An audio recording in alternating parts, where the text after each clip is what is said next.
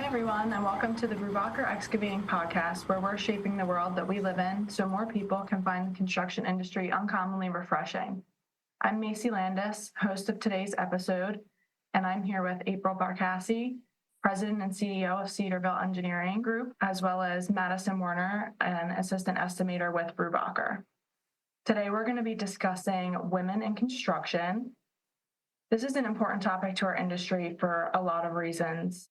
The women in construction have been growing immensely over the last few years and play such a role in the work that we do every day for so many different reasons. And I think that it's just really important that we honor them at all times throughout the year, but specifically for this week that is given for them to honor everything that they do for us.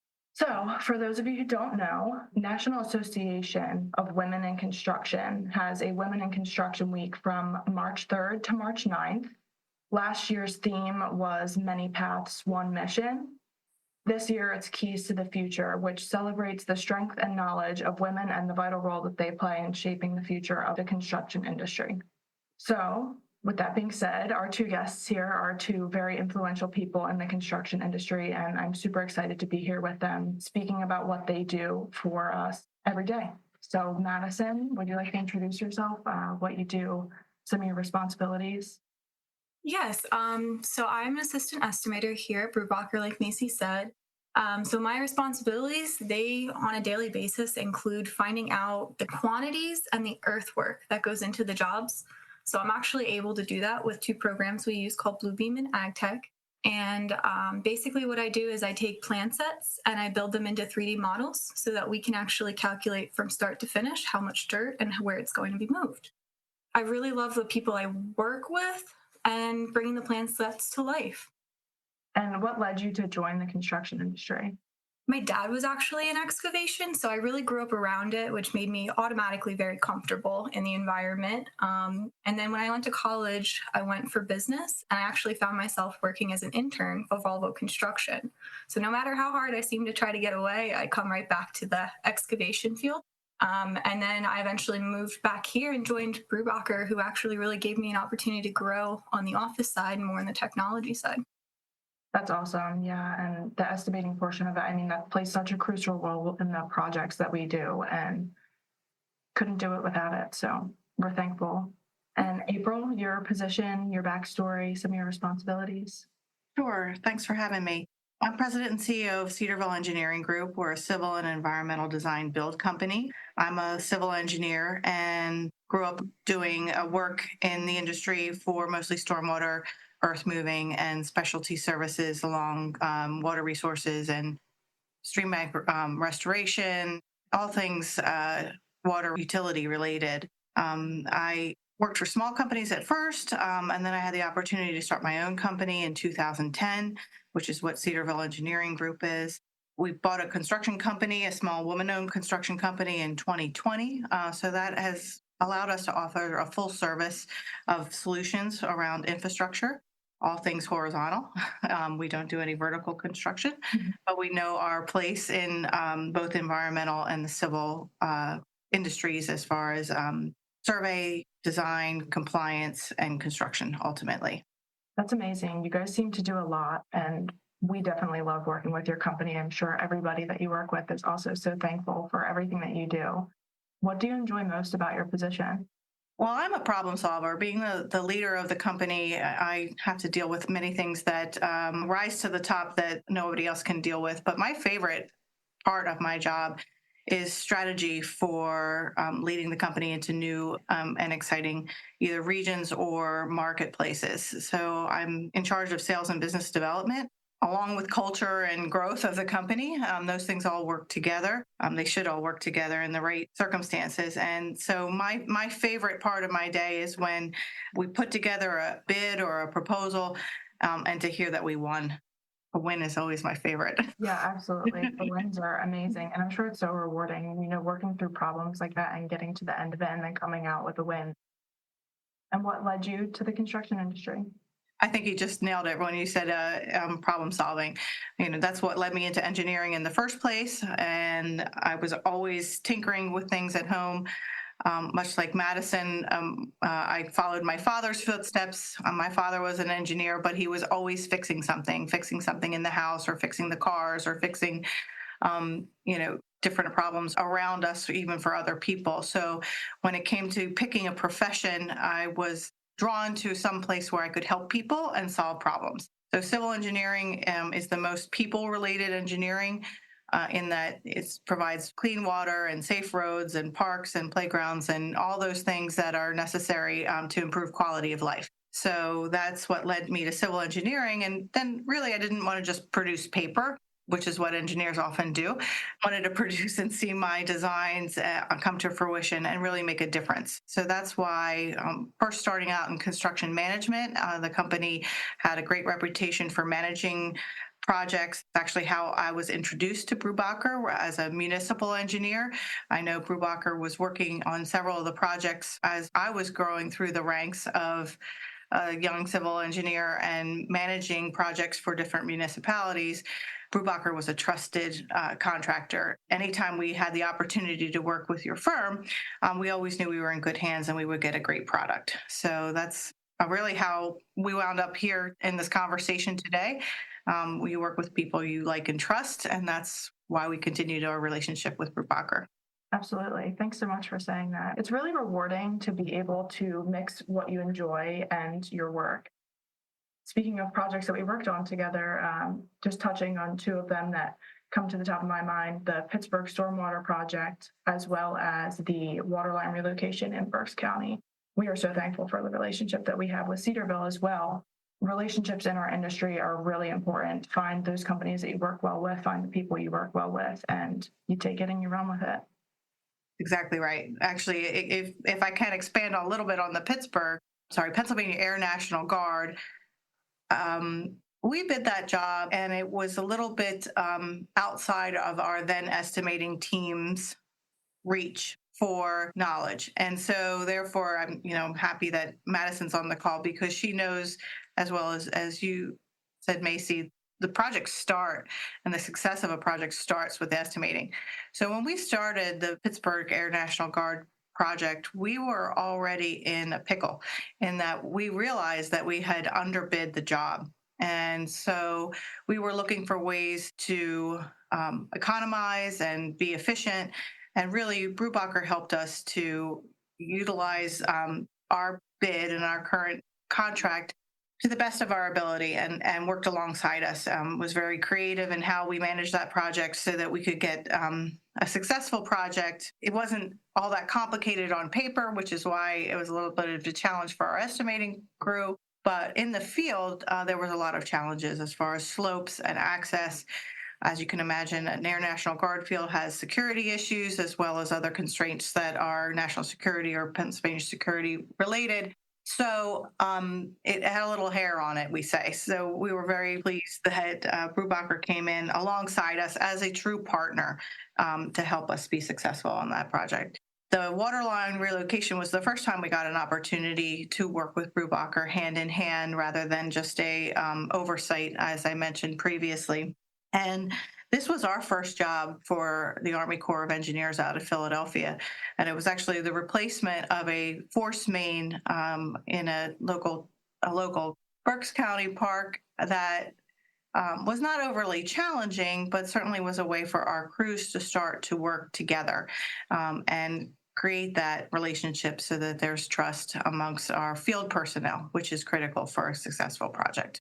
Right, absolutely. Yeah, those first projects that people pair up on together are really detrimental to the relationship that is going to be held then and continues to work through more projects. Such an amazing opportunity to be able to have those challenges. And as much as I think that when we're in the moment, it's like, this is really stressful. Can we do this? And then to come out on the other side of it with a success is a really great feeling.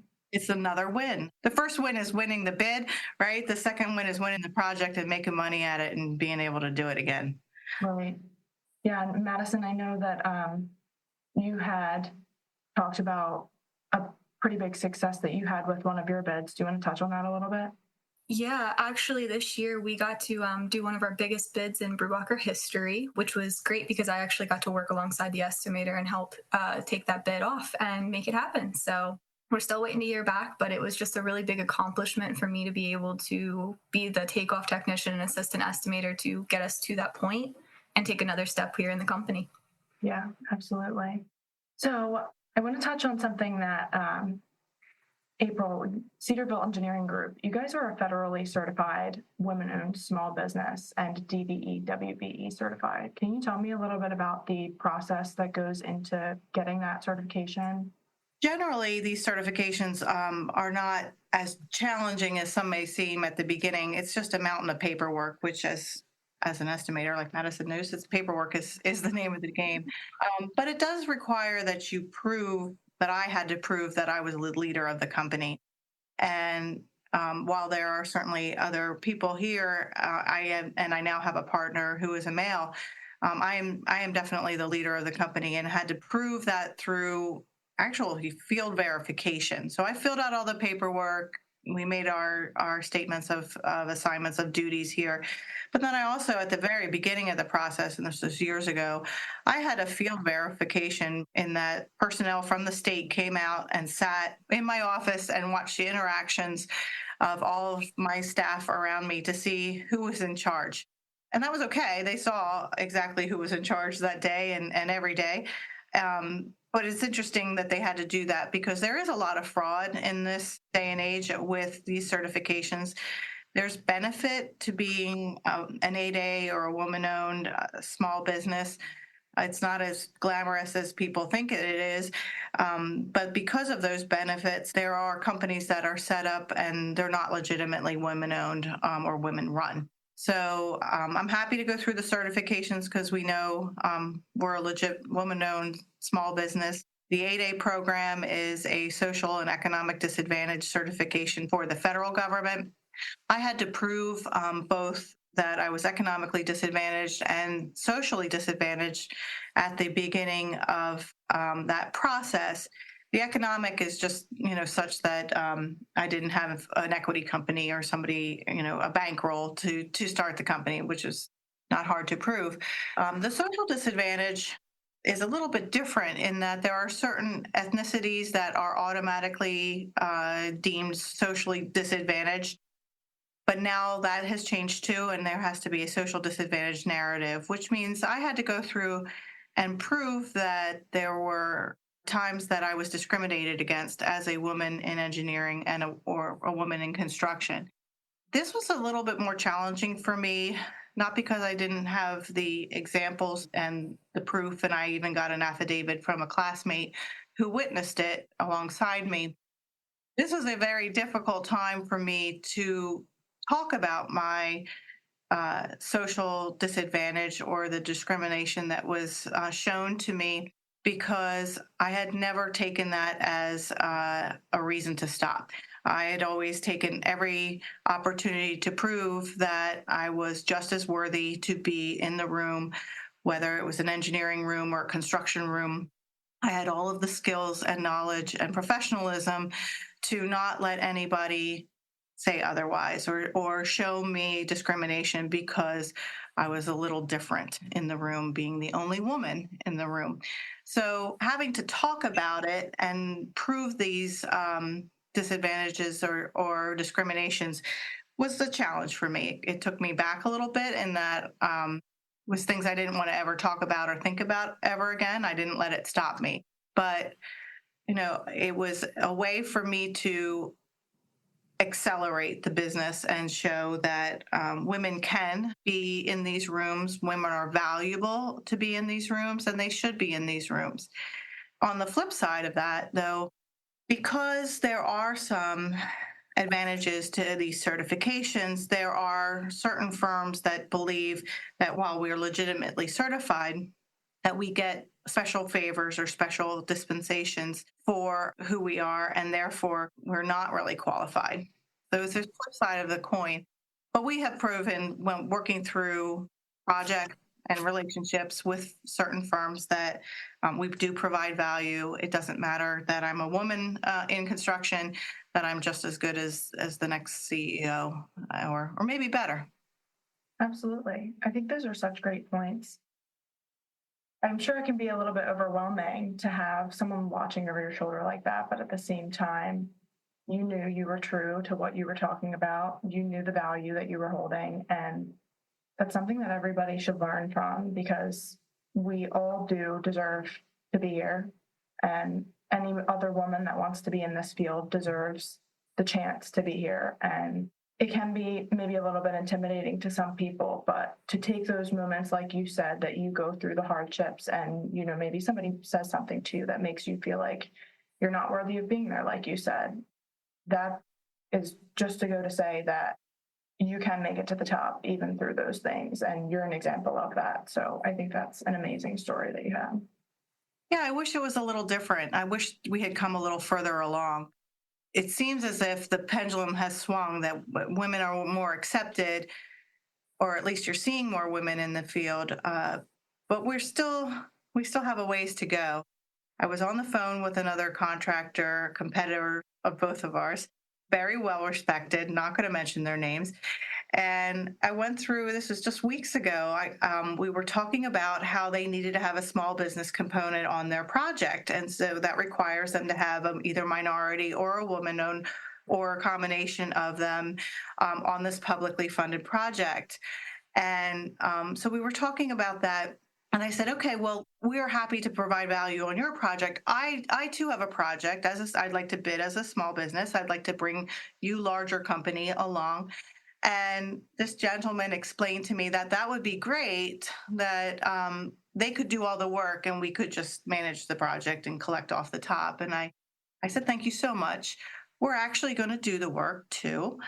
We don't have the depth and breadth because you're a large company, but we are going to put more than just 15% on top and collect it. We are a construction company with bonding, and we are growing our presence, and we can work together, and that way we can both be successful in this. And so it was even as much as, in the last 4 weeks, I've had to deal with the challenges of being pat on the head as a woman in a man's world. But that's, all part of it. And we just, as a group, as women in this field, we just have to keep going and kind of redirect that attitude. Stand your ground and obviously respectfully, show what you're here for, and that we're not just here to fill out the paperwork and look pretty. We're doing this work and we're going to do what it takes to get what we want. It's really important. Absolutely. So speaking of that, those are some amazing accomplishments. You are also awarded the Woman-Owned Business of the Year by the U.S. Small Business Administration in Eastern Pennsylvania. You want to speak a little bit on that? Sure. I was honored to be named a Woman-Owned Small Business by the Small Business Administration. I work very closely with our SBA rep.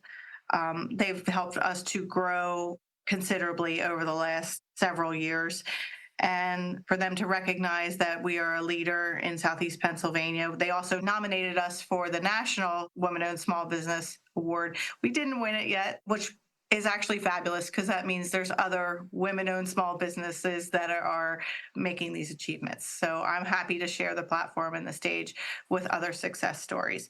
But it is nice to be acknowledged. What I think it does is shows other women there are ways to be successful, that if they see people who look like themselves out there, putting themselves out there, taking the risks, doing the work day in and day out on the hard days, that it is possible to be successful, and you even can be acknowledged and thanked for your success.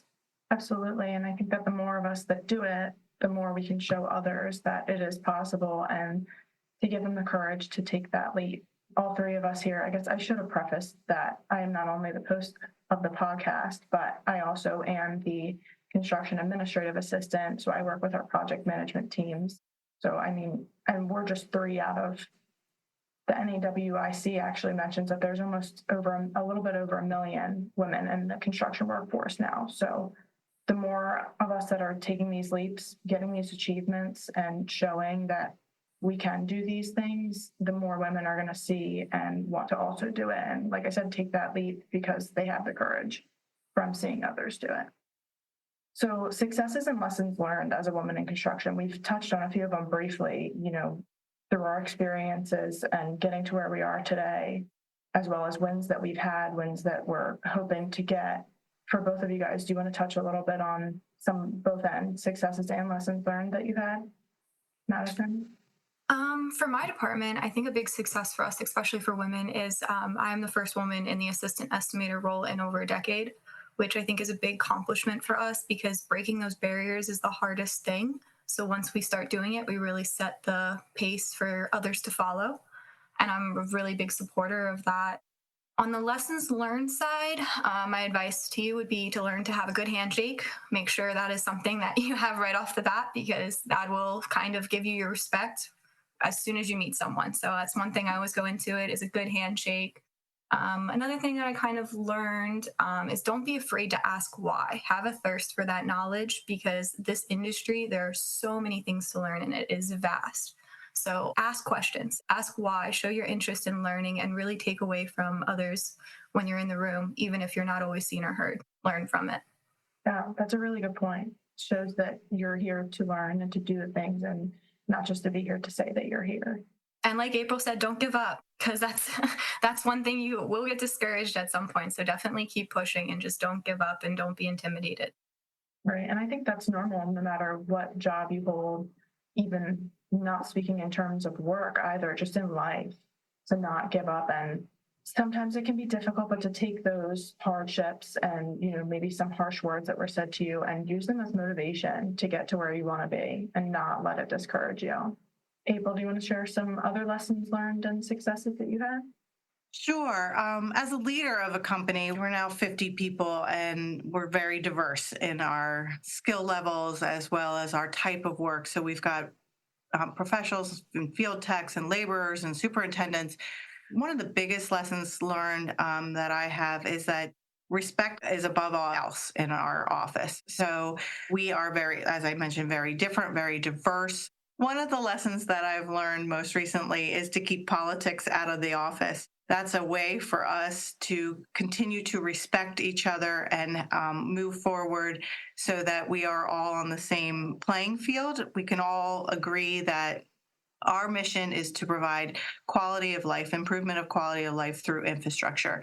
And that is something that everyone in the office agrees to. It's very hard to find somebody on earth that doesn't agree with that. And therefore, we all come at the same goal from different places, but it's a culture of respect. And so even when I feel like I'm being disrespected, whether it's outside, at a client or a potential partner, I still show that respect even if I don't feel it. And that ultimately will win over a conversation. There are very few people that I can't persevere and get to a place of common ground. And I think that's really important in this field, especially when traditionally we're not out leading projects as women, either in the field or in the construction office or leading companies. So that if we just persevere with that respect, be an example of respect, even if we're not receiving it, that will show everyone around us that we deserve that respect, even if it's not coming directly at us. But one of the successes that I'm most proud of right now is even though we are a woman-owned small business and we have certain advantages through this business development program from the SBA called 8A, we are winning on competitive work. And we are getting that respect as a contractor that deserves to be in the room. My biggest win last year wasn't even a dollar amount. It was just to be accepted on a small pool of contractors that is able to work at the Pentagon. So my skills as a civil engineer put us on a design build opportunity for construction outside of the Pentagon walls. So it's on Pentagon property, but we're not inside the building. But it was a combination efforts of the work I had done in the past and the work that we're currently doing, the team that we have, and the reputation we built. And we were able to win to be on a small pool of contractors able to bid on this work. So it doesn't get better than the Pentagon, I don't think. So we're really proud. And that was a competitive win. to get on this small pool. And we're actually doing some of the work currently. So we're excited about those opportunities to be respected and to be part of that group. That's an amazing accomplishment. I love seeing, we've worked on a few PennDOT jobs that PennDOT and a lot of the government entities that are doing these projects and hiring for these projects are looking for, like you had mentioned earlier, the minority businesses or the WDBEs. And that's amazing because it's giving us the chance to say, like, hey, we're here, we're getting our names out there and get more opportunities to prove ourselves. These programs aren't about giving a handout. And I think that's unfortunately what some people think they are. They're handouts. Really what they are is a chance. Just give me a chance and you'll see what we can do. And that's really what I think the benefit of these programs. And unfortunately, some people think that they're handouts. And no, we work very hard to prove ourselves that we're worth being on the team, and then we're worth that relationship in the future. So we're not just necessary because they need to fill a small business role on a project. We're a valued team member that bring qualified professionals and a level of work that is necessary for success or contributes to the success of a project. Right. And you've really set yourself up with, CEG. You've set yourself and CEG up for these successes. Like you said earlier, there are people in this world who might do it fraudulently. And that's to go with anything, again, not even just in the workforce, that there are always going to be people like that no matter what. And that doesn't mean that you shouldn't give someone a chance because you think that way of everybody. It's like, don't judge a book by its cover type of deal. And you're proving yourself. You have a wonderful business and you're doing it. Not all glamorous. I believe it, I'm sure. I mean, I'm in an admin position, so part of me is like, an admin position is stereotypically a woman is doing that, but I do give myself credit because I'm doing it with the project management team. I'm going out into the field every once in a while, doing what I can to help them. And I might be in the office side of it, but I'm still doing a position in a construction industry. That's still considered being in the construction industry. So that still counts, right? Absolutely. Yes. Sometimes it's even harder because you're in a traditional role that may or may not have been as respected as it could have been in the past, but I'm sure you're killing it and showing your worth. And that's really a valued member of the team is all you can be. And that's awesome. So I'm sure you'll rise up through the ranks there. Right. Thank you. I appreciate it. Yeah, I love having all three of us here that we're in kind of three different positions. We've got an admin, Madison's the estimator, and you're the president and CEO. So it's really cool to have the three different viewpoints on that. Just goes to say that you can do anything in the construction industry, whether you're a woman or not. So it's awesome. On that note, what advice would you guys say you would give to women looking to join the industry? I would say, we kind of already talked about, don't be intimidated. Make sure you go and stand your ground and let your voice be heard. Go up and make your presence known and show them that you're here to play and they need to take you seriously. I know for us, I know it's kind of a really good moment. We have interns that come in the summer. And I know whenever I see a young woman in the group looking a little nervous and a little scared, I always try to give her an extra smile because just that little bit of you got this, that confidence, and just taking that moment to be proud and be like, all right, you can do this. I did this. I set that example for you. Let me see you do it. It makes the big difference. And I think that's kind of my my advice for them.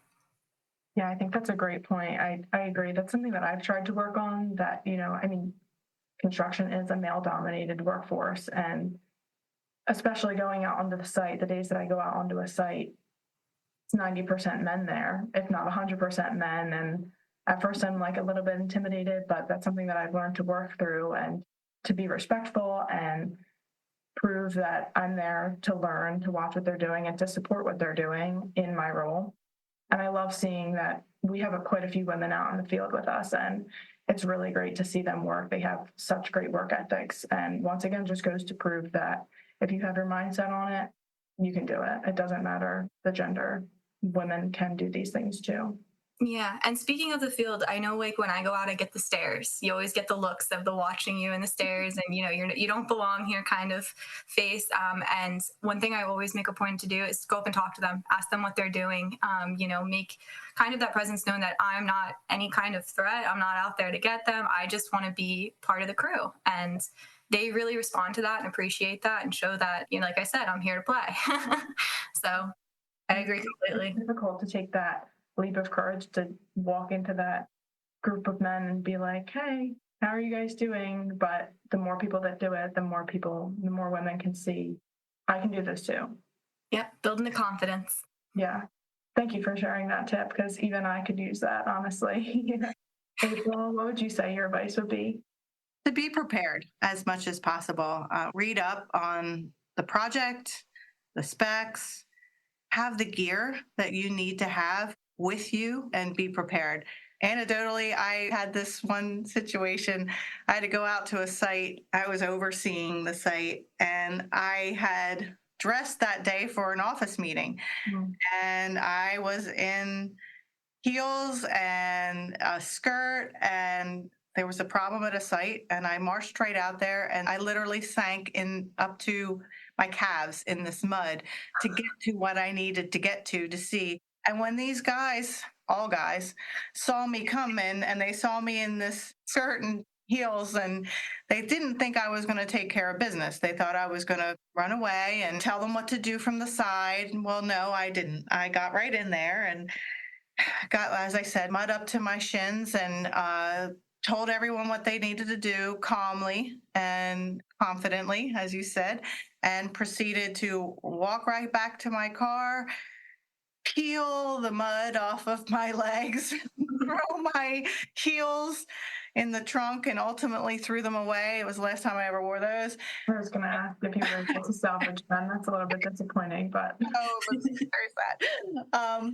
But I wasn't going to let them win or walk away. Now they just thought I was a crazy broad who was willing to walk through the site and tell them what to do, instead of being, someone on the sidelines who was just going to let somebody else take charge. So I took charge of it, but I should have been prepared. I should have had a pair of boots in the truck. I should have had my hard hat, my vest, and whatever I needed. And it hasn't happened to me again since then. So it's a challenge to be yourself. That's one thing that I really encourage women to do. Be yourself and be authentic. That's when you're going to be the most confident. That also means, I thought Madison had great advice, ask questions. So if you don't know, it's okay to say, I'll find out, and get the information that you need to give yourself a fighting chance to find out and be successful. But when I first started out and I was consulting and really honing my craft as a project manager and a civil engineer, I was in these rooms with all of these men, and I was directing different projects and telling these plant managers how to run their plants. And I was trying to fit in. So I dressed really conservatively, and I wore dark colors, and I didn't wear makeup, and I wasn't me, and that's okay if that's you, but you should be authentic. I wasn't confident because I wasn't me.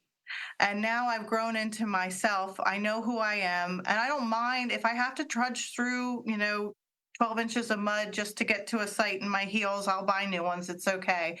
But it's better if you're prepared and yourself at the same time. So those are a couple large and small anecdotal pieces of advice for women in this field. They're going to talk about you. They're going to say something behind your back. So give them less to talk about. Be ready, be prepared, and be confident yourself. Yeah, and I'm sure you really proved something by going out there like that. And they just thought I was crazy, I think.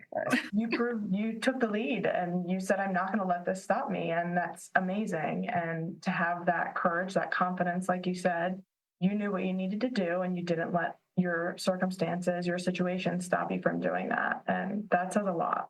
It really does. I like that story. With every challenge, you could take a lesson out of that. And like you said, now you're always prepared. Yeah, there's always boots in the car now. Yeah. So I've thought about this a lot. With women's roles in construction, I mean, they've evolved so much. They're continually evolving. And over the past few years, I'm sure even more. evolving. How do you think that in the future they're going to continue to do so? I think we're just going to keep breaking down barriers. And the more they get involved, the more barriers we'll keep doing. And that's both in the office and the field. We need our women out in the field just as much as in the office.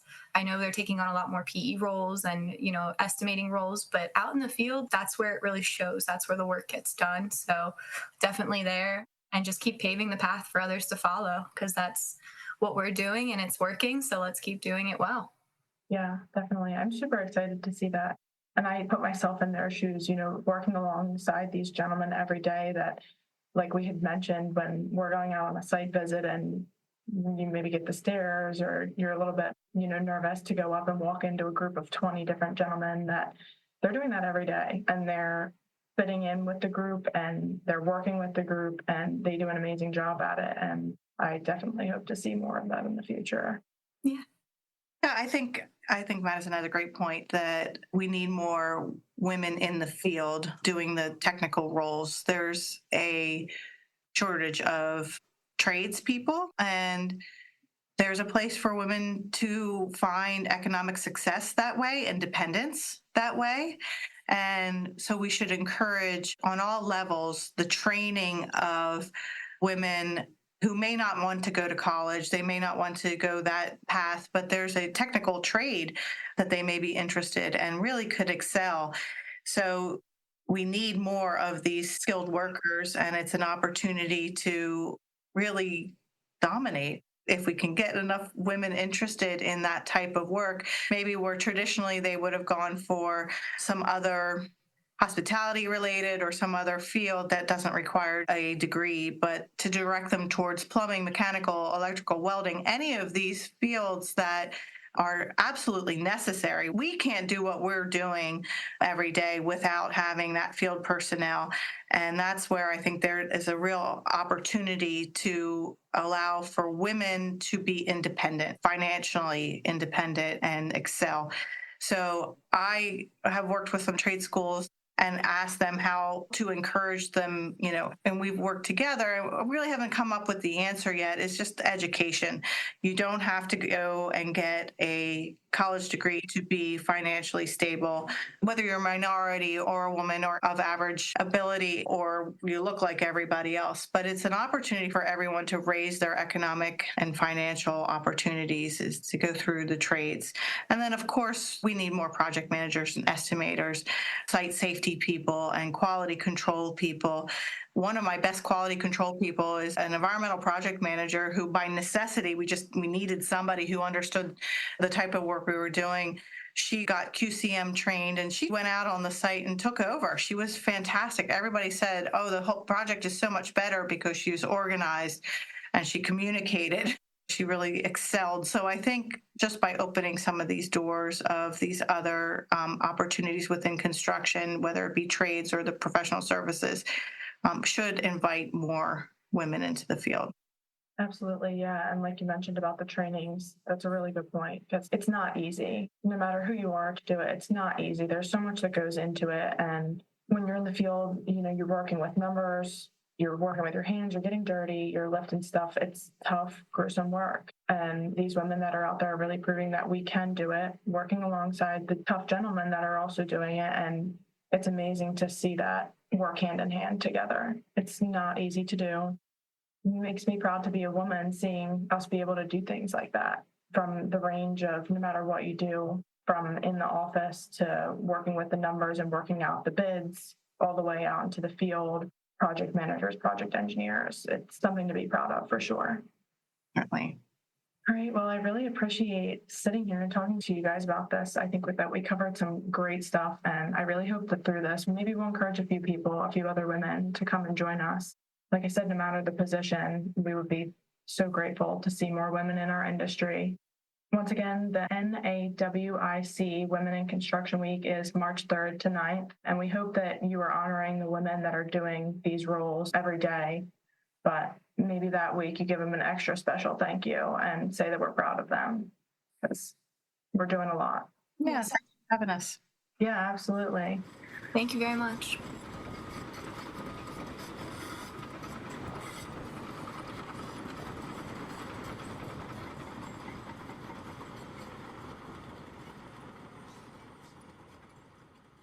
Thanks for listening to the Brubacher podcast today. If you enjoyed it, please subscribe to our podcast so you can listen to the new episodes each month. Share it with your friends in the industry and those who might like to learn more about the construction industry.